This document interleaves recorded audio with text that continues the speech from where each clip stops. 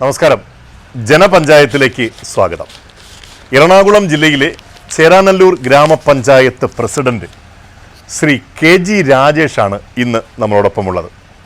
Sir, channel 91 ന്യൂസിൻ്റെ ജനപഞ്ചായത്തിലേക്ക് സ്നേഹം സ്വാഗതം. സ്വാഗതം. നമസ്കാരം. ആത്മാർത്ഥമായി പറയുകയാണെങ്കിൽ ഒരു ഗ്രാമപഞ്ചായത്തിൽ എത്രയധികം വികസനങ്ങൾ കൊണ്ടുവരാൻ സാധിക്കുമോ അതിൻ്റെ പരമാവധിയിൽ എത്തി നിൽക്കുന്ന വികസനം, ഇനിയും കുറേയധികം നല്ല സ്വപ്നങ്ങൾ, ആത്മസമർപ്പണത്തോടുകൂടി രാഷ്ട്രീയ പ്രവർത്തനം സാമൂഹ്യ സേവനമാക്കി മാറ്റിയ ഒരു യുവ നേതാവ്. സർ, അഭിമാനമുണ്ട് ഈ ഒരു പഞ്ചായത്തിൻ്റെ വലിയ വികസനങ്ങളിൽ. വളരെ സുപ്രധാനമായ ചുവടുവെപ്പുകൾ, നമ്മളിപ്പോൾ ഒരു വലിയ പ്രൊജക്റ്റ് മുന്നിലാണ് നിൽക്കുന്നത് പോലും. ഈ ഒരു പഞ്ചായത്തിലെ വികസന പ്രവർത്തനങ്ങളെക്കുറിച്ച് ഒന്ന് സംക്ഷിപ്തമായി, കാര്യഗൗരവമായി, ആത്മാർത്ഥമായി ഒന്ന് വിവരിക്കാമോ? തീർച്ചയായും. ഇപ്പം നമ്മുടെ കൊച്ചി നഗരത്തോട് ഏറ്റവും ചേർന്ന് കിടക്കുന്ന ഒരു പഞ്ചായത്താണ് ചേരാനല്ലൂർ ഗ്രാമപഞ്ചായത്ത്. ചേരാനല്ലൂർ ഗ്രാമപഞ്ചായത്ത് എന്ന് നമ്മൾ പറയുമെങ്കിലും ഒരു നഗര സ്വഭാവമായി ഏകദേശം ഒരു നഗരത്തിൻ്റെ ഭാഗമായി മാറിയിരിക്കുന്ന ഒരു പഞ്ചായത്ത്. അപ്പോൾ ഇവിടെയും കൊച്ചി കോർപ്പറേഷനിൽ കാണുന്ന ഒരു വികസനം, ആ ഒരു വികസനം സ്വപ്നം കാണുന്ന ഒരു ജനതയാണ് ചേരാനല്ലൂർ താമസിക്കുന്ന ആളുകൾ. പലരും നഗരങ്ങളിൽ നിന്ന് കുടിയേറി ഇങ്ങോട്ട് വന്ന ആളുകളുമുണ്ട്. അപ്പോൾ അവരുടെ എല്ലാ വികസന സ്വപ്നങ്ങൾ പ്രാവർത്തികമാക്കുക എന്നുള്ളതാണ് ഏറ്റവും വലിയ വെല്ലുവിളി നമ്മളെ സംബന്ധിച്ചിടത്തോളം. പക്ഷേ കഴിഞ്ഞ കുറേ കാലങ്ങളായി നമ്മളുടെ ഭരണസമിതികൾ സ്വീകരിച്ച നിലപാട് കൊണ്ടും ഈ ഒരു ഭരണസമിതി വന്നതിന് ശേഷം സ്വീകരിച്ച ആ ഒരു കൂട്ടായ്മ കൊണ്ടുമെല്ലാം വികസന കാര്യത്തിൽ വളരെയധികം മുന്നോട്ട് പോകാനായിട്ട് നമുക്ക് സാധിച്ചിട്ടുണ്ട്. സൗജന്യമായി ഡയാലിസിസ് ചെയ്തു കൊടുക്കുന്ന പദ്ധതി തുടങ്ങിയ കേരളത്തിലെ ആദ്യത്തെ ഗ്രാമപഞ്ചായത്താണ് ചേരാനല്ലൂർ ഗ്രാമപഞ്ചായത്ത്. അവിടെ രോഗികൾക്കായി തികച്ചും സൗജന്യമായാണ് ഡയാലിസിസ് നമ്മൾ ചെയ്തു നൽകുന്നത്. പഞ്ചായത്തിൻ്റെ പദ്ധതി ഉപയോഗിച്ചുകൊണ്ട്, പദ്ധതി തുക ഉപയോഗിച്ചുകൊണ്ടും സത്യസായി ട്രസ്റ്റിൻ്റെ സഹായത്തോടു കൂടിയാണ് നമ്മൾ ആ പദ്ധതി നടപ്പിലാക്കി മുന്നോട്ട് പോകുന്നത്. അതുപോലെ തന്നെ പഞ്ചായത്ത് നടപ്പിലാക്കിയ മറ്റൊരു പദ്ധതിയാണ് നമ്മുടെ ആസ്തിയെല്ലാം ഡിജിറ്റലൈസ് ആക്കിക്കൊണ്ട് ആസ്തി ഡിജിറ്റലൈസ് ചെയ്യുന്ന കേരളത്തിലെ ആദ്യത്തെ ഗ്രാമപഞ്ചായത്താണ് നമ്മുടെ ചേരാനല്ലൂർ ഗ്രാമപഞ്ചായത്ത്. നിരവധിയായിട്ടുള്ള പദ്ധതികൾ, അതുപോലെ തന്നെ കൊച്ചി പോലീസുമായിട്ട്, സിറ്റി പോലീസുമായിട്ട് സഹകരിച്ചുകൊണ്ട് നമ്മുടെ പഞ്ചായത്തിൻ്റെ മുഴുവൻ പ്രധാന സ്ഥലങ്ങളിലെല്ലാം ക്യാമറകൾ സ്ഥാപിച്ചുകൊണ്ട് അതിൻ്റെ മോണിറ്ററിംഗ് സംവിധാനം പഞ്ചായത്ത് ഓഫീസിലും അതുപോലെ തന്നെ പോലീസും ചെയ്യുന്ന രീതിയിൽ നമ്മൾ ഒരു കഴിഞ്ഞ മാസം നമ്മളത് തുടക്കം കുറിച്ചു. അതും ആദ്യമായിട്ട് പൂർണ്ണതോതിൽ നടപ്പാക്കുന്ന ഒരു ഗ്രാമപഞ്ചായത്തായി ചേരാനല്ലൂർ ഗ്രാമപഞ്ചായത്ത് മാറി. അതിൽ വയോജനങ്ങൾക്ക് ഒരു വാർഡിൽ 20ഓളം വരുന്ന വയോജനങ്ങൾക്ക് ഒന്നിടവിട്ട മാസങ്ങളിൽ പോഷകാഹാര കിറ്റ് നൽകുന്നൊരു പദ്ധതി കഴിഞ്ഞ നവംബർ മാസം പഞ്ചായത്ത് ആരംഭിച്ചു. അപ്പോൾ ഏതാണ്ട് 340ഓളം വയോജനങ്ങൾക്ക് അതിൻ്റെ പ്രയോജനം ലഭിക്കുന്ന രീതിയിലാണ് ഈ പദ്ധതി നമ്മൾ നടപ്പിലാക്കിയിട്ടുള്ളത്. പിന്നെ തുടർച്ചയായിട്ട് മരുന്ന് കഴിക്കേണ്ടുന്ന ഹൃദ്രോഗം, അതുപോലെ തന്നെ ക്യാൻസർ, കിഡ്നി രോഗം, അതുപോലെ കരൾ സംബന്ധമായിട്ടുള്ള അസുഖം തുടങ്ങിയ മരുന്നുകൾ തുടർച്ചയായി കഴിക്കേണ്ടി വരുന്നവർക്ക് പഞ്ചായത്തിൻ്റെ വാർഷിക പദ്ധതിയിൽ ഉൾപ്പെടുത്തി കുടുംബാരോഗ്യ കേന്ദ്രത്തിൻ്റെ കൂടി സഹകരണത്തോടു കൂടി മെഡിക്കൽ ഓഫീസർ, ഇംപ്ലിമെൻറ്റിംഗ് ഓഫീസറായി മരുന്നുകൾ നൽകുന്നൊരു പദ്ധതി നമ്മൾ ഫെബ്രുവരി മാസം നമ്മൾ തുടക്കം കുറിച്ചു. പിന്നെ കോഴിയും കൂടുമെന്നുള്ളൊരു പദ്ധതി ആദ്യമായി നമ്മുടെ പഞ്ചായത്താണ് നടപ്പിലാക്കുന്നത്. അത് തൊഴിലുറപ്പ് പദ്ധതിയുടെ പ്രകാരം കൂട്, ഏതാണ്ട് 17,000 രൂപയോളം വരുന്ന കൂട്, അതേപോലെ തന്നെ കോഴി 50 രൂപ മാത്രം വാങ്ങി ബാക്കി സബ്സിഡി നൽകിയാണ് നമ്മൾ നടപ്പിലാക്കുന്നത്. അപ്പോൾ മാലിന്യം നിക്ഷേപിച്ചുകൊണ്ടിരുന്ന ഒരു സ്ഥലമാണ് വടുതല ചിറ്റൂർ പാലത്തിന് സമീപം. നമ്മുടെ ഭരണസമിതി വരുമ്പോൾ അവിടെ എല്ലാം മാലിന്യ കൂമ്പാരമായ ഒരു സാഹചര്യമാണ്. അവിടുത്തെ മാലിന്യം മുഴുവൻ നീക്കി ശ്രീ TJ വിനോദ് MLA ആസ്തി വികസന ഫണ്ടിൽ നിന്നും അനുവദിച്ച 60 ലക്ഷം രൂപ ഉപയോഗിച്ച് അവിടെ മനോഹരമായ ഒരു ഓപ്പൺ പാർക്കും ഓപ്പൺ ജിംനേഷ്യവും സ്ഥാപിക്കാനായിട്ടും അവിടെ വൈകുന്നേരങ്ങളിൽ കുടുംബങ്ങൾ വന്ന് വ്യായാമം ചെയ്യാനും എല്ലാം ഉള്ള സൗകര്യം ഒരുക്കി. ഇന്നിപ്പോൾ സംസ്ഥാന സർക്കാർ തന്നെ മാലിന്യം നിക്ഷേപിക്കുന്ന സ്ഥലങ്ങളിൽ ഹാപ്പിനെസ് പാർക്ക് ചെയ്യണമെന്നുള്ള നിർദ്ദേശം ഈ വർഷം മുതൽ നടപ്പിലാക്കിയിട്ടുണ്ട്. പക്ഷേ നമ്മളൊരു 3 വർഷം മുമ്പ് തന്നെ ഈ ഒരു പദ്ധതി നമ്മൾ യാഥാർത്ഥ്യമാക്കാനായിട്ട് ഈ ഭരണസമിതിക്ക് കഴിഞ്ഞത് വളരെ സന്തോഷപൂർവ്വം ഞാൻ അറിയിക്കുകയാണ്. പിന്നെ നമ്മുടെ 125 വർഷം പഴക്കമുള്ള 2 സർക്കാർ സ്കൂളുകളുണ്ട്. ആ സ്കൂളിൻ്റെ കെട്ടിടങ്ങളെല്ലാം പുതുക്കി നിർമ്മിച്ചത് ഈ ഭരണസമിതി വന്നതിന് ശേഷമാണ്. ഏതാണ്ട് 1.5 കോടി രൂപയ്ക്ക് മനോഹരമായ ഒരു കെട്ടിടം സർക്കാർ സ്കൂളിനായിട്ട് നമുക്ക് നിർമ്മിച്ച് നൽകാനായിട്ട് സാധിച്ചു. ഇവിടെ കുടുംബാരോഗ്യ കേന്ദ്രം, ഈ ചേരാനല്ലൂർ കുടുംബാരോഗ്യ കേന്ദ്രം പരിസര പ്രദേശങ്ങളിലുള്ള ആളുകളെല്ലാം ആശ്രയിക്കുന്ന ഒരു ആരോഗ്യ കേന്ദ്രമാണ്.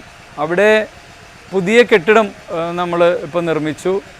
ശ്രീ ഹൈബീഡൻ MP അനുവദിച്ച 1 കോടി രൂപ വെച്ചിട്ടാണ് അതിൻ്റെ ആദ്യ ഘട്ടം നമ്മൾ പൂർത്തീകരിച്ച് ജനങ്ങൾക്ക് തുറന്നു കൊടുത്തത്. ഇപ്പോൾ TJ വിനോദ് MLA അനുവദിച്ച ഒരു 70 ലക്ഷം രൂപ കൊണ്ട് 2ാം നില പൂർത്തീകരിച്ച് വരികയാണ്. ഉടൻ തന്നെ അതിൻ്റെ പണി പൂർത്തീകരിച്ച് ജനങ്ങൾക്കായി തുറന്നു കൊടുക്കാൻ നമുക്ക് സാധിക്കും.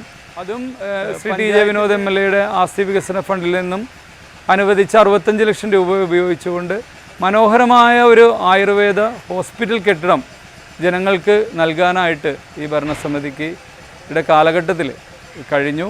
പഞ്ചായത്ത് സ്വന്തമായി 6 കുടുംബങ്ങൾക്ക് ലൈഫ് മിഷനിൽ പേരുള്ള 6ഓളം കുടുംബങ്ങൾക്ക് വലിയൊരു ആശ്വാസമാകുന്നൊരു പദ്ധതിയാണ് അന്തിമഘട്ടത്തിലേക്ക് എത്തി നിൽക്കുന്നത്. നേതാവിനോടൊപ്പം അനുയായികളുണ്ടാവുക എന്നത് സംഘബലം കൂടിയാണ്. നമ്മളോടൊപ്പം നിൽക്കുന്നത് വാർഡ് മെമ്പേഴ്സാണ്. ഒരു ഗ്രാമത്തിൻ്റെ സ്പന്ദനങ്ങൾ പോലും അറിയാവുന്ന വനിതാ നേതാക്കൾ. ഇത് രമ്യ തങ്കച്ചൻ 1ാം വാർഡ് മെമ്പറാണ്. ഇത് വിൻസി ഡേറിസ് തൊട്ടടുത്ത 10ാം വാർഡ് മെമ്പർ. ഈ ബോട്ട് ജെട്ടിയൊക്കെ ഇരിക്കുന്ന ആ കടത്ത് ഇരിക്കുന്ന ഭാഗത്തെ മെമ്പറാണ്. ഇത് മിനി വർഗീസ് 13ാം വാർഡ് മെമ്പർ, വാലം പ്രദേശത്തെ മെമ്പറാണ്. ഇവര് ഒക്കെ അടങ്ങുന്ന ഒരു വലിയ പ്രാതിനിധ്യം വനിതകളുടേതായിട്ട് പഞ്ചായത്തിൽ ഉണ്ട്. സാർ, ഇത് നേരത്തെ സാർ സൂചിപ്പിച്ചു സൗത്ത് ചിറ്റൂരിലെ ഈ ഒരു വാട്ടർ മെട്രോ, അതിനെക്കുറിച്ചൊന്ന്. അതായത് ഈ വാട്ടർ മെട്രോ പ്രോജക്റ്റ് നടപ്പിലായ സമയത്ത് തന്നെ നമ്മൾ 2 ബസ് സ്റ്റാൻഡുകളാണ് നമുക്കുള്ളത്.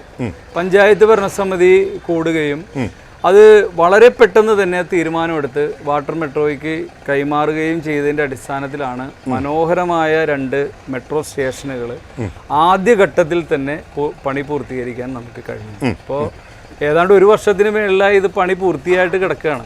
ബോട്ടില്ലാത്തതുകൊണ്ട് വൈകിപ്പോയതാണ്. ഇപ്പം നാളെ ഏലൂര് വെച്ച് ഇതിൻ്റെ ഉദ്ഘാടന ചടങ്ങ് ബഹുമാനപ്പെട്ട കേരളത്തിൻ്റെ മുഖ്യമന്ത്രി ശ്രീ പിണറായി വിജയൻ നിർവഹിക്കുകയാണ്. നാളെ തന്നെ ഇവിടെ ബോട്ട് എത്തും. നാളെ വൈകിട്ട്. നാളെ എന്ന് പറയുമ്പോൾ ഇന്ന് നമ്മൾ ഒരുപക്ഷെ ഇത് റിലീസ് ആവുന്നത് മറ്റൊരു ദിവസമായിരിക്കാം. അതുകൊണ്ട് തന്നെ ഈ ഡേറ്റ്, അതായത് ഇന്ന് തീയതി 13 അല്ലേ? അപ്പോൾ 14ാം തീയതിയാണ് ഇതിൻ്റെ ഉദ്ഘാടനം. ശരി സാർ. അപ്പം അത് പഞ്ചായത്തിനെ സംബന്ധിച്ചിടത്തോളം വലിയൊരു നേട്ടം തന്നെയാണ്. കാരണം പ്രധാനപ്പെട്ട മട്ടാഞ്ചേരി അടക്കം ബോട്ട് ജെട്ടികൾ ഇത് ഇനിയും പണി പൂർത്തീകരിച്ചിട്ടില്ല. പക്ഷെ നമ്മുടെ ഒരു ഗ്രാമത്തിൽ 2 സ്റ്റേഷനുകൾ ആധുനിക രീതിയിൽ നിർമ്മാണം പൂർത്തീകരിച്ച് ജനങ്ങൾക്ക് തുറന്നു കൊടുക്കാൻ കഴിഞ്ഞത് വലിയൊരു അഭിമാനമാണ് എന്നുള്ള കാര്യത്തിൽ സാർ, ഈ നേട്ടങ്ങളൊക്കെ അംഗീകരിക്കുന്നതിനോടൊപ്പം സാറിനെ പോലെയുള്ള ഒരു യുവനേതാവ് കോട്ടങ്ങളെക്കുറിച്ച് കൂടി പറയും സത്യസന്ധമായി എന്ന് പ്രതീക്ഷിക്കുകയാണ്. തീർച്ചയായും കോട്ടങ്ങളെ കുറിച്ചും നമ്മൾ പറയും. കാരണം നമ്മളെ ബാധിക്കുന്ന ഒരു സുപ്രധാന ഒരു പ്രശ്നം എന്നുള്ളത് കുടിവെള്ള പ്രശ്നം തന്നെയാണ്. അപ്പോൾ ഏതാണ്ട് 300ഓളം MLD വെള്ളം ആവശ്യമുള്ളിടത്ത് അതിൻ്റെ ഒരു 200 MLD നൽകാൻ വാട്ടർ അതോറിറ്റി കഴിയുന്നുള്ളൂ. സ്വാഭാവികമായിട്ടും അതിൻ്റെ ഒരു എൻഡ് ഭാഗം എന്നുള്ള രീതിയിൽ കുടിവെള്ളം എവിടെയെങ്കിലും പൈപ്പ് പൊട്ടിയാൽ നമ്മളെ ബാധിക്കുന്നുണ്ട്. അത് ജനങ്ങൾക്ക് ഒരു ബുദ്ധിമുട്ടുണ്ടാക്കുന്ന ഒരു കാര്യം തന്നെയാണ് പ്രധാനമായിട്ടും. അപ്പോൾ ഈ ഭരണസമിതി വന്നതിന് ശേഷം നമ്മൾ അമൃത് കുടിവെള്ള പദ്ധതിയിൽ പെടുത്തി നമ്മുടെ പഞ്ചായത്തിൻ്റെ അതിർത്തിയോട് ചേർന്ന് ഒരു 15 ലക്ഷം ലിറ്ററിൻ്റെ ടാങ്ക് പൂർത്തീകരിക്കാൻ വേണ്ടിയിട്ടുള്ള എല്ലാ പരിശ്രമവും നമ്മൾ നടത്തും. ശ്രീ ടി ജെ വിനോദ് MLA-യുടെ ഇടപെടലോടുകൂടി സർക്കാരിൽ നിന്നൊരു 21 കോടി രൂപ അനുവദിച്ചു. കുന്നുംപുറത്ത് 36-ാം ഡിവിഷനിൽ നമ്മുടെ അതിർത്തിയോട് ചേർന്ന് ഈ അമൃത് പദ്ധതിയിൽപ്പെടുത്തി ഈ വാട്ടർ ടാങ്ക് പൂർത്തീകരിക്കാനും തമ്മനം ഭാഗത്ത് നിന്ന് നാഷണൽ ഹൈവേ ആലുവ ലൈനിൽ നിന്ന് ഒരു സെപ്പറേറ്റ് ലൈൻ കൊണ്ടുവന്ന് ആ ചേരാനല്ലൂർ ടാങ്കിൽ നിറച്ച് അത് ഇപ്പോൾ വാട്ടർ സപ്ലൈ തുടങ്ങിയിട്ട് ഏതാണ്ട് 1 വർഷമായി.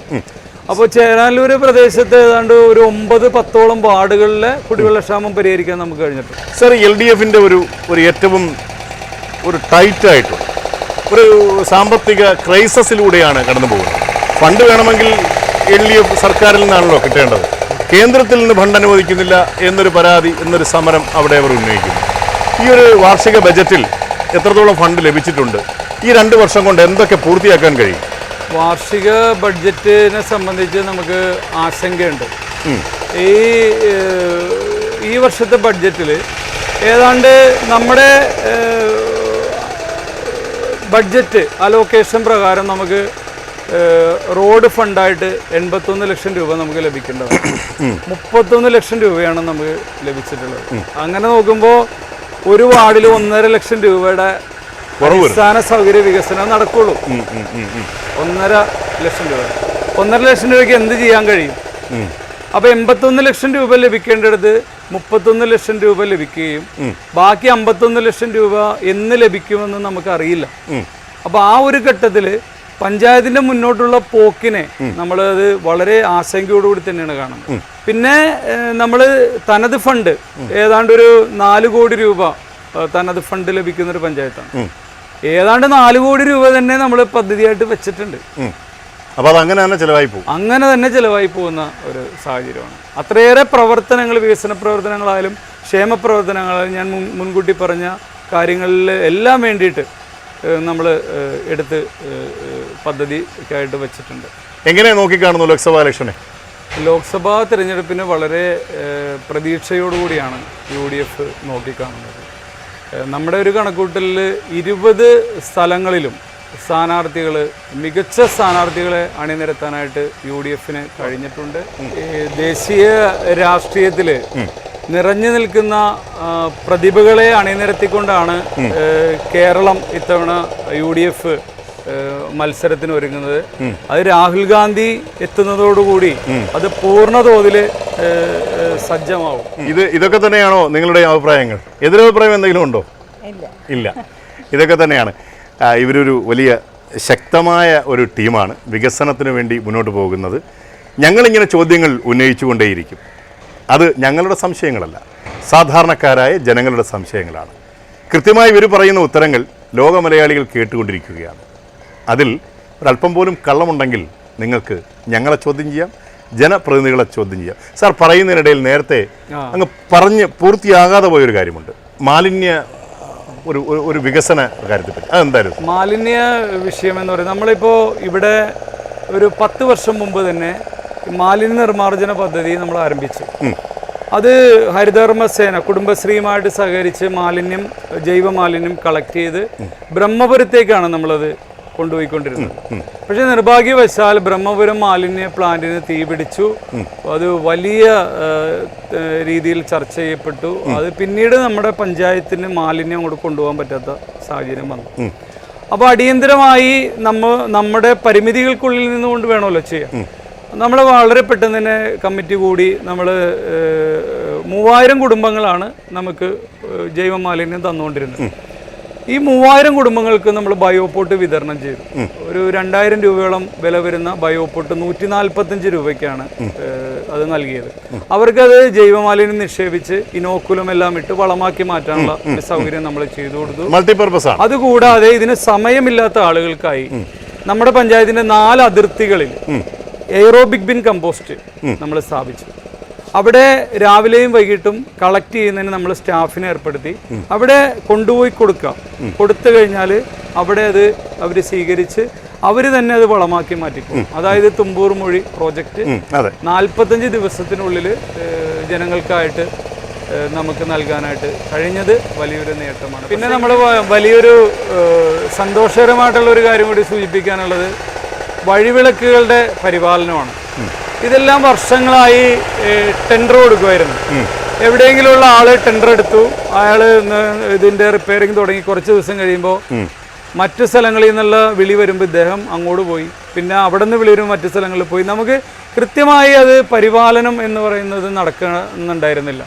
ഈ ഭരണസമിതി വന്നതിന് ശേഷം 2 സ്റ്റാഫിനെ നമ്മൾ നിയമിച്ചു. അവർക്ക് വേണ്ടിയിട്ടുള്ള സാധന സാമഗ്രികൾ നമ്മൾ വാങ്ങിച്ചു കൊടുക്കുന്ന ഒരു രീതിയിലേക്ക് വന്നപ്പോൾ ഇപ്പോൾ ഏതാണ്ട് ഒരു 95% ലൈറ്റുകളും എല്ലായ്പ്പോഴും ദിവസവും കത്തുന്ന രീതിയിൽ ഏറ്റവും കൂടുതൽ വഴിവിളക്കുകൾ കത്തുന്ന ഒരു പഞ്ചായത്തായിട്ട് നമ്മുടെ പഞ്ചായത്തിനെ മാറ്റാനായിട്ട്. ബഹുമാനനായ പ്രസിഡന്റ് പറഞ്ഞതുപോലെ വഴിവിളക്കുകൾ പോലെ ജനഹൃദയങ്ങളിൽ ശോഭിക്കുകയാണ് നമ്മുടെ പ്രിയപ്പെട്ട ജനപ്രതിനിധികൾ. വളരെ ചെറിയൊരു ശമ്പളത്തിലാണ് അവരുടെ ജീവിത കാര്യങ്ങൾ മുന്നോട്ട് പോകുന്നത്. പക്ഷേ അതിനുമപ്പുറം ജീവിത ലക്ഷ്യങ്ങൾ സാധാരണ മനുഷ്യൻ്റെ നന്മയ്ക്ക് വേണ്ടി അർപ്പിതമാണ്.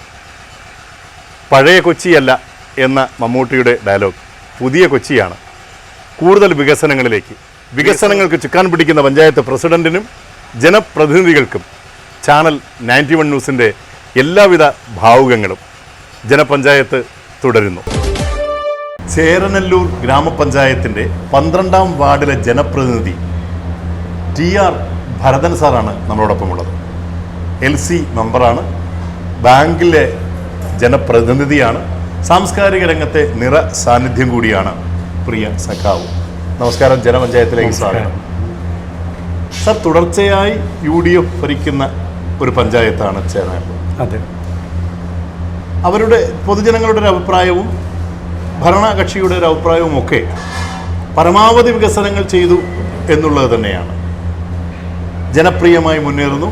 ഇനി ഒരിക്കലും ഒരുപക്ഷെ LDFന് സാധ്യത പോലും ഇല്ലാത്ത രീതിയിൽ ഭരണ തുടർച്ച ഉണ്ടാകും എന്നുള്ള അവകാശവാദം. ഇപ്പോൾ പ്രധാന പ്രതിപക്ഷമായ LDF ഈ ഒരു ഗ്രാമപഞ്ചായത്തിൻ്റെ വികസനം പരിപൂർണമാണോ? എവിടെയൊക്കെയാണ് ഇനി വികസനങ്ങൾ എത്തുവാനുള്ളത്?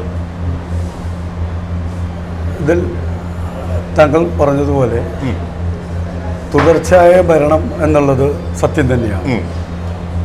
UDFൻ്റെ ഒരു പൊന്നാപുരം കോട്ട എന്ന് വിശേഷിപ്പിക്കാവുന്ന ഒരു പഞ്ചായത്താണ് ചേരാനെല്ലൂർ ഗ്രാമപഞ്ചായത്ത്. ഇവിടെ ക്രിസ്ത്യൻ മെജോറിറ്റി ആണ് കൂടുതലും ഉള്ളത്. അതുകൊണ്ട് തന്നെ പാരമ്പര്യമായിട്ട് കോൺഗ്രസിനെ അന്ധമായി വിശ്വസിക്കുന്ന ആളുകൾ തിങ്ങിപ്പാർക്കുന്ന ഒരു പ്രദേശമായതുകൊണ്ട് ആരെ വെച്ചാലും ഇവിടെ മത്സരിച്ച് ജയിക്കാം എന്നുള്ളൊരു കാഴ്ചപ്പാടിലാണ് കോൺഗ്രസ് തുടർച്ചയായി ഭരണം ഇവിടെ നടത്തിയിരുന്നത്. ഒരു കോൺഗ്രസിന്റെ അധികാര കൊതി എന്നൊക്കെ വേണമെങ്കിൽ പറയാം. അധികാര കൊതി കൊണ്ട് തന്നെയാണ് ഇപ്പോൾ ഞങ്ങൾ അവർ 9-ഉം ഞങ്ങൾ 7-ഉം എന്ന നിലയിൽ എത്തി നിൽക്കുന്നു. വളരെ അടുത്താണ്. നിസാര 2 സീറ്റിന്റെ ഒരു BJPക്ക് പോയി എന്നല്ലാണ്ട് എന്തെങ്കിലും രഹസ്യധാരണയുണ്ടോ? അവര് ധാരണയുണ്ട്. അവരും UDFും BJPയും അവിടെ സ്റ്റാൻഡിംഗ് കമ്മിറ്റി തെരഞ്ഞെടുപ്പിൽ തൊട്ട് അവർ സപ്പോർട്ട് ചെയ്യുന്ന തലത്തിലേക്കാണ്. പ്രസിഡന്റ് എന്ന കാര്യങ്ങളെല്ലാം അപ്പാടെ അംഗീകരിച്ചു പോകുന്ന നിലപാടാണ്. അവരെ സപ്പോർട്ട് ചെയ്യുന്ന രീതിയിലാണ്. അതിന്റെ ഒരു സാഹചര്യം എന്ന് കഴിഞ്ഞാൽ BJPയുടെ പ്രവർത്തനം എന്ന നിലയിൽ ഇവിടെ നല്ല രീതിയിൽ പ്രവർത്തനമില്ല, ദുർബലമാണ്. അതുകൊണ്ട് തന്നെ ആ BJP കാൻഡിഡേറ്റിന് പിടിച്ചു നിൽക്കണമെങ്കിൽ MLAയുടെ ആവശ്യം അത്യന്താപേക്ഷിതമാണ്. അതുകൊണ്ട് തന്നെ ഈ BJPയുടെ കാൻഡിഡേറ്റ് MLAയെ സപ്പോർട്ട് ചെയ്യുന്നതോടൊപ്പം തന്നെ UDF ഭരണസമിതിയെ സപ്പോർട്ട് ചെയ്യുന്നു. അതാണ് ഇവിടെ നടന്നുകൊണ്ടിരിക്കുന്നത്. വികസനം എവിടെ എത്തി നിൽക്കുന്നു? ഈ കഴിഞ്ഞ ടൈം വരെ, ഞാൻ വരുന്നതിന് മുമ്പ് വരെ ലൈഫിൽ ഒരാൾക്ക് പോലും വീട് നിർമ്മിക്കുന്നതിന് വേണ്ടി 5 പൈസ നമ്മുടെ പഞ്ചായത്തിന് കൊടുത്തിട്ടില്ല. നമ്മുടെ പഞ്ചായത്ത് കമ്മ്യൂണിറ്റി ഹാള് പ്രളയ ദുരിതാശ്വാസ ഫണ്ട് എന്ന നിലയിൽ 1 കോടി രൂപ സഹായധനമായി കേരള സംസ്ഥാനം സർക്കാർ നൽകിയപ്പോൾ ആ നൽകിയ സംഖ്യ അത് ചിലവഴിക്കാൻ ഒരു പദ്ധതിയും ഇടാതെ വെറുതെ ഫണ്ട് ഇടുകയും സർക്കാർ നോക്കിയപ്പോൾ ഫണ്ട് ചെലവഴിക്കാതെ കിടക്കുകയാണ്. അവസാനം 2 തവണ നോട്ടീസ് കൊടുത്തതിന് ശേഷം സർക്കാർ ആ ഫണ്ട് പിൻവലിക്കുകയാണ് ചെയ്തത്. സാർ, ഇത് പറയുമ്പോൾ തന്നെ അവർ നിരവധിയായി സംസ്ഥാനത്തിൽ ആദ്യമായി ഈ പഞ്ചായത്ത് മാത്രം നടപ്പിലാക്കിയ നിരവധി പദ്ധതികളെക്കുറിച്ച് പറയുന്നുണ്ട്. ഇപ്പോൾ ഒരു മാലിന്യ പാർക്ക്, സ്കൂളുകളുടെ നവീകരണം, 6ഓളം വീടുകൾ നൽകുക, കോഴിയും കൂടും, ഇപ്പോൾ പുതിയതായി ഉണ്ടാക്കിയിരിക്കുന്ന ഈ നമ്മുടെ വാട്ടർ മെട്രോയുടെ ബോട്ട് ജെട്ടി, ഇതൊക്കെ തികച്ചും വികസനത്തിൻ്റെ മുഖങ്ങൾ തന്നെയല്ലേ? ജനങ്ങൾക്ക് അത്യന്താപേക്ഷിതമായ കാര്യങ്ങൾ ചെയ്യുവാൻ ഭരണസമിതിയോടൊപ്പം ഞങ്ങളും നിന്ന് ചേർന്നിട്ടാണ് ഇത്തരം പദ്ധതികൾക്ക് രൂപകൽപ്പന ചെയ്തത്. പിന്നെ എവിടെയാണ് ഇവിടെ തകരാറ് വന്നതെന്ന് വെച്ചാൽ നമുക്ക് ഏറ്റവും ഈ പഞ്ചായത്തിനെ സംബന്ധിച്ച് നമുക്കിപ്പോൾ 2-3 ഹോസ്പിറ്റലുകൾ വന്നിട്ടുണ്ട്. സൈബർ ആണെങ്കിലും ആസ്റ്റർ മെഡിസിറ്റി ആണെങ്കിലും അതുപോലെ തന്നെ കുറേ ഫ്ലാറ്റുകൾ വന്നപ്പോൾ ഓൺ ഫണ്ട് എന്ന നിലയിൽ നമ്മളെ പഞ്ചായത്തിനെ സംബന്ധിച്ചോളം നല്ല തനത് ഫണ്ട് നമ്മളെ സംബന്ധിച്ചോളം നല്ല വരുമാനമുണ്ട്. അത് ചെലവഴിക്കാൻ ഞങ്ങൾ കൂട്ടായ ഒരു തീരുമാനം എടുത്തതിൻ്റെ ഭാഗമായാണ് ജനങ്ങൾക്ക് കട്ടിൽ കൊടുക്കുക, കോഴിയും കൂടും. അതുപോലെ തന്നെ അതായത് അത് UDFന്റെ മാത്രം ഒരു ഇല്ല, അതൊരിക്കലും പറയാൻ പറ്റില്ല. കാരണം ഒരു തീരുമാനം എടുക്കണമെങ്കിൽ ഞങ്ങളിപ്പോൾ അതിന് എഗനിസ്റ്റായിട്ട് നിന്നിട്ടുണ്ടെങ്കിൽ നമ്മൾ തുടങ്ങാൻ പറ്റും. പക്ഷെ ഞങ്ങളും കൂടി നിന്നിട്ട് അവരെ സപ്പോർട്ട് ചെയ്യുന്ന തലത്തിലേക്കാണ് ഞങ്ങൾ പോയിക്കൊണ്ടിരുന്നത്. സാർ, ഈ പഞ്ചായത്ത് പ്രസിഡന്റ് എന്നോടാണ് ഞാൻ നേരത്തെ സംസാരിച്ചത്. അദ്ദേഹം പറഞ്ഞത് ഈ സംസ്ഥാന സർക്കാരിൽ നിന്നും പഞ്ചായത്തിന് ലഭ്യമാകേണ്ട തുക കൃത്യമായി വരുന്നില്ല. അത് LDFന്റെ ഒരു സാമ്പത്തിക ക്രൈസ് കൊണ്ടാവാം. അതുകൊണ്ട് വികസനം മുരടിച്ചു നിൽക്കുന്ന ഒരു അവസ്ഥയാണ്. തുടർ പദ്ധതികളൊന്നും തന്നെ നടപ്പിലാക്കുവാൻ സാധിക്കുമോ എന്നുള്ള സംശയം അവർക്ക് മുന്നിലുണ്ട്. അതിനെക്കുറിച്ച് എന്താണ്? പഞ്ചായത്തിൽ പദ്ധതികൾ രൂപകൽപ്പന ചെയ്യുമ്പോൾ നമ്മുടെ ഓൺ ഫണ്ടിൽ നിന്നുള്ള പദ്ധതികളാണ് ചെയ്തുകൊണ്ടിരിക്കുന്നത്. ആ ഓൺ ഫണ്ടിൽ നിന്ന് ചെയ്യുന്ന പദ്ധതികളാണ് ഇപ്പോൾ നിലവിൽ ചെയ്തുകൊണ്ടിരിക്കുന്നത്. സർക്കാരിൻ്റെതായ വിഹിതം അതാത് വർഷം കിട്ടിക്കൊണ്ടിരിക്കുന്നുണ്ട്. കിട്ടുന്നില്ല എന്നുള്ളത് ഒരു തെറ്റായ ഒരു പ്രചരണമായിരിക്കും. തെറ്റായ പ്രചരണം. അത് നമ്മൾ ബഡ്ജറ്റ് വിഹിതം നോക്കുമ്പോൾ തന്നെ അറിയാം. ബഡ്ജറ്റിൽ കേന്ദ്ര വിഹിതം ഇത്ര, സംസ്ഥാന വിഹിതം ഇത്ര. അത് ഓൺ ഫണ്ടും കൂടി ആവുമ്പോൾ നല്ലൊരു ശതമാനം ജനങ്ങൾക്ക് വേണ്ടി നമുക്ക് വിനിയോഗിക്കാൻ കഴിയുന്നുണ്ട്. കൂടുതലും ഇപ്പോൾ ഇവർ പറയുന്ന ഈ UDF പറയുന്ന കാര്യത്തിൽ, ടാക്സിന്റെ കാര്യത്തിൽ സർക്കാർ ഇട്ടൊരു നയം അത് നടപ്പിലാക്കണ്ടെന്നുള്ള രീതിയിലാണ് ഇവിടെ UDF ഭരണസമിതി പോരുന്നത്. നമ്മുടെ പഞ്ചായത്തിന് നികുതി വിഹിതം കൂട്ടാൻ വേണ്ടി, അവരുടെ വികസന പ്രവർത്തനത്തിന് വേണ്ടി കുറച്ചെങ്കിലും കൂട്ടണമെന്ന് പറഞ്ഞിട്ട് അത് കൂട്ടാക്കാതെ നിന്നപ്പോൾ നിലവിൽ ഞങ്ങൾ ഉൾപ്പെടെ അത് കൂട്ടണമെന്ന് ഒരു ചെറിയ തോതെങ്കിലും കൂട്ടണമെന്ന് പറഞ്ഞതിൻ്റെ അടിസ്ഥാനം 30 പൈസയെങ്കിലും ഈ വർധനമാണ്. ഫണ്ടില്ലെങ്കിൽ ഈ നികുതി കൂട്ടണ്ട എന്ന് UDF പറയണതിൽ കാര്യമില്ലല്ല. അങ്ങനെയാണെങ്കിൽ നമുക്ക് ഫണ്ട് ആവശ്യമുണ്ട്. ആ ഫണ്ട് ആവശ്യമുണ്ടെങ്കിൽ ഈ നികുതി നമുക്ക് വേണമെന്ന് UDF ഭരണസമിതി പറയണമല്ലോ. ഇതവർ പറയണില്ല. കൊടുപ്പിക്കത്, നികുതി കൂട്ടരുത് എന്നുള്ള രീതിയിൽ നമ്മുടെ ഈ വിഹിതം വെച്ചിട്ടല്ല ജനങ്ങൾക്ക് വേണ്ടി നമ്മൾ ചെയ്യേണ്ടത്. അതെല്ലാം മറന്നുകൊണ്ട് സർക്കാരിനെതിരെ തിരിക്കുന്ന തരത്തിലേക്കാണ് ഇപ്പോൾ പോയിക്കൊണ്ടിരിക്കുന്നത്. അത് പോട്ടെ, നമുക്കറിയാം കേന്ദ്രത്തിൽ നിന്ന് ഫണ്ട് കിട്ടാത്ത ബുദ്ധിമുട്ട് സർക്കാർ അനുഭവിക്കുന്നുണ്ട്. പൊതുജനങ്ങൾക്ക് പെൻഷൻ അതുപോലെ തന്നെ മറ്റെല്ലാ ഇത് കിട്ടുവാൻ നമ്മൾ കേരള സർക്കാർ പാടുപെടുമ്പോൾ ഡൽഹിയിലൊരു ഈ MPയോ MLAയോ അതിനു വേണ്ടി സപ്പോർട്ട് ചെയ്യാൻ. സാറേ, MPയെ കുറിച്ച് പറയുമ്പോൾ അതുകൂടി സംസാരിക്കണമല്ലോ. അതെ, ഈ ഹൈബി ഈഡൻ ഒരു പ്രതിപക്ഷമില്ലാത്ത നേതാവാണെന്നാണ് പൊതുവെയുള്ള അഭിപ്രായം. ഈ നാടിൻ്റെ ഏറ്റവും പ്രിയങ്കരനാണ്. LDFന്റെയും BJPയുടെയും ആളുകൾ പോലും അദ്ദേഹത്തിന് വോട്ട് ചെയ്യും, ഭൂരിപക്ഷം കൂടുമെന്നൊക്കെയാണ്. ഇലക്ഷൻ സമാഗതമായിരിക്കുന്നു. എന്താണ് സഖാവിൻ്റെ ഒരു അഭിപ്രായം? എറണാകുളം മണ്ഡലം നമുക്കറിയാം, പാർലമെന്റ് നിയോജക മണ്ഡലം. അത് ഞാൻ നേരത്തെ പറഞ്ഞ വശങ്ങളിൽ കോൺഗ്രസിൻ്റെയും ക്രിസ്ത്യൻ മെജോറിറ്റി ഉള്ള പ്രദേശം. അതുകൊണ്ട് തന്നെ അവർക്ക് തകർക്കാൻ പറ്റൂല എന്നുള്ളൊരു വിശ്വാസം അവർ ഈ മതേതരത്വത്തെ സൂക്ഷിക്കുന്ന സഖാവിനെ പോലെയുള്ളവർ ക്രിസ്ത്യൻ മെജോറിറ്റി അല്ല. ഞാൻ പറയണതെന്ന് വെച്ചാൽ നമുക്കറിയാം, ഈ ഇവരെ സംബന്ധിച്ചോളം അവരുപയോഗിക്കുന്നൊരു ഉപകരണമാണ് ഈ ക്രിസ്ത്യൻ മെജോറിറ്റി. അത് നമ്മളിലൂടെ അത് അവർ വരുത്തി കാണിക്കുക. നമ്മൾ ആ ഒരു ഇതിലോട്ട് ഞാൻ പോപ്പാണ് ഒരു വിഭാഗത്തെ മാത്രമല്ല പറയണത്.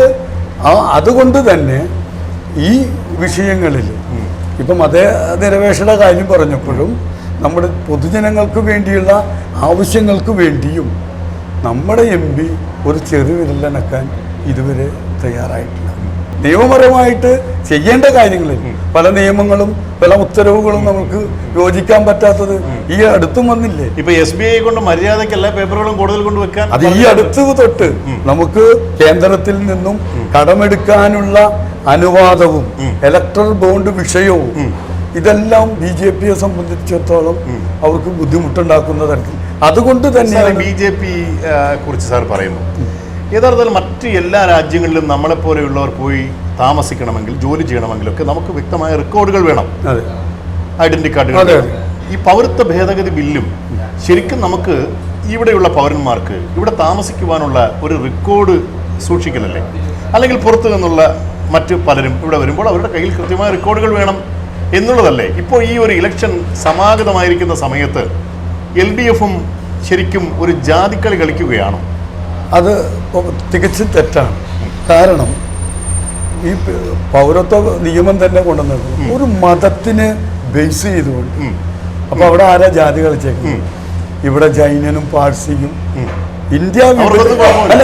ഇന്ത്യ വിഭജനത്തിന് ശേഷം ഇങ്ങാട് കടന്നു വരുന്ന ആളുകളെ അതെല്ലാവരെയും അങ്ങനെ താങ്കൾ പറഞ്ഞതുപോലെ എല്ലാ പൗരന്മാരെയും എടുക്കണമെങ്കിൽ റെക്കോർഡ് സ്വീകരിക്കണമെങ്കിൽ ശരി, കറക്റ്റാണ് താങ്കൾ പറഞ്ഞത് തികച്ചു. പക്ഷെ ഒരു മതത്തിൽപ്പെട്ട ആളുകളെ മാത്രം എടുത്തുകൊണ്ട് തന്നെ ആ മതത്തിലെ ആൾക്കാരുടെ പൗരത്വം തെളിയിക്കണമെന്ന് പറഞ്ഞാൽ അത് തികച്ചും തെറ്റല്ലേ?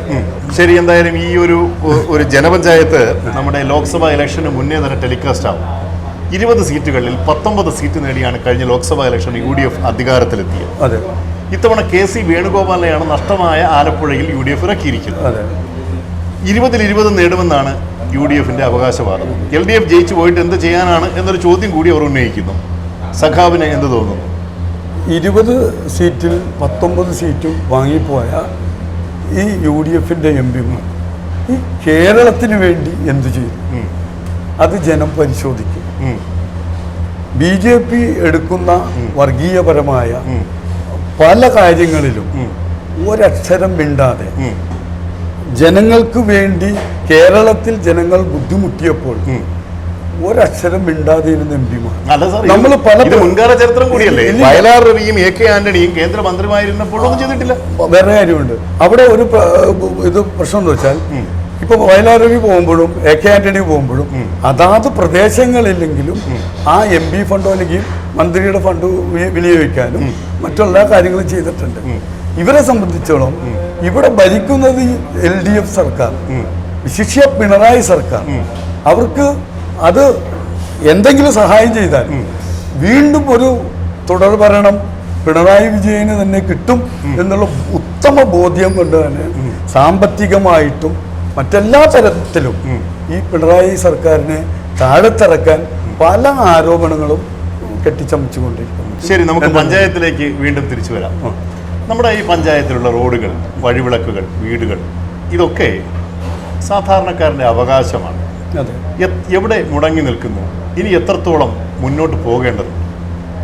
ഇവിടെ റോഡുകളുടെ വികസനം എന്ന് പറഞ്ഞാൽ ഒരളവോളം നമ്മളുടെ PWDയുടെ റോഡാണെങ്കിലും അതെല്ലാം സംസ്ഥാന സർക്കാർ അത് നല്ല രീതിയിൽ തന്നെ നമ്മളുടെ പ്രവർത്തനം നടത്തുന്നുണ്ട്. മറ്റൊന്ന് പഞ്ചായത്ത് റോഡുകളുടെ ഇതാണ്.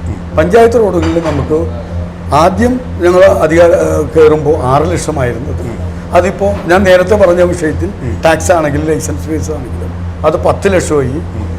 ആ 10 ലക്ഷം വീണ്ടും അത് 12 ലക്ഷത്തിലേക്ക് മാറി. അപ്പം നമുക്ക് വികസനപരമായിട്ട് മുൻകാലങ്ങളിൽ 3.5 ലക്ഷം കിട്ടിയിരുന്ന സ്ഥലത്താണ് ഈ 12 ലക്ഷം രൂപ.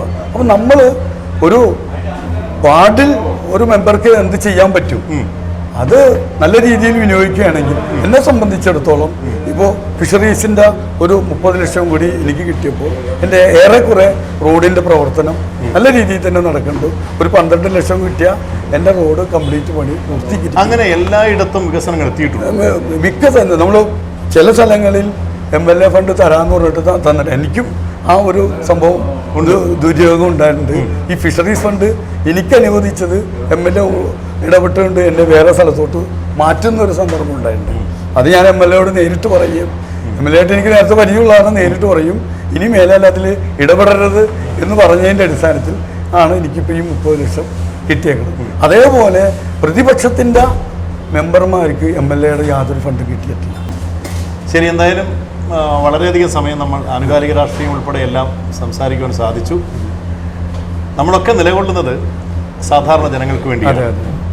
അങ്ങനെ തന്നെയാണ് നമ്മൾ ആരോപണങ്ങളും പ്രത്യാരോപണങ്ങളും ഒക്കെ രാഷ്ട്രീയത്തിൻ്റെ ഭാഗമാണ്. വികസനത്തിന് ആരും എതിരല്ലതാണ്. വോട്ടുകൾ വിനിയോഗിക്കുക എന്നുള്ളത് നമ്മുടെ അവകാശമാണ്, ആയുധമാണ്. വരുന്ന തെരഞ്ഞെടുപ്പിൽ ജനങ്ങൾ തീരുമാനിക്കട്ടെ ആര് അധികാരത്തിൽ വരണമെന്ന്.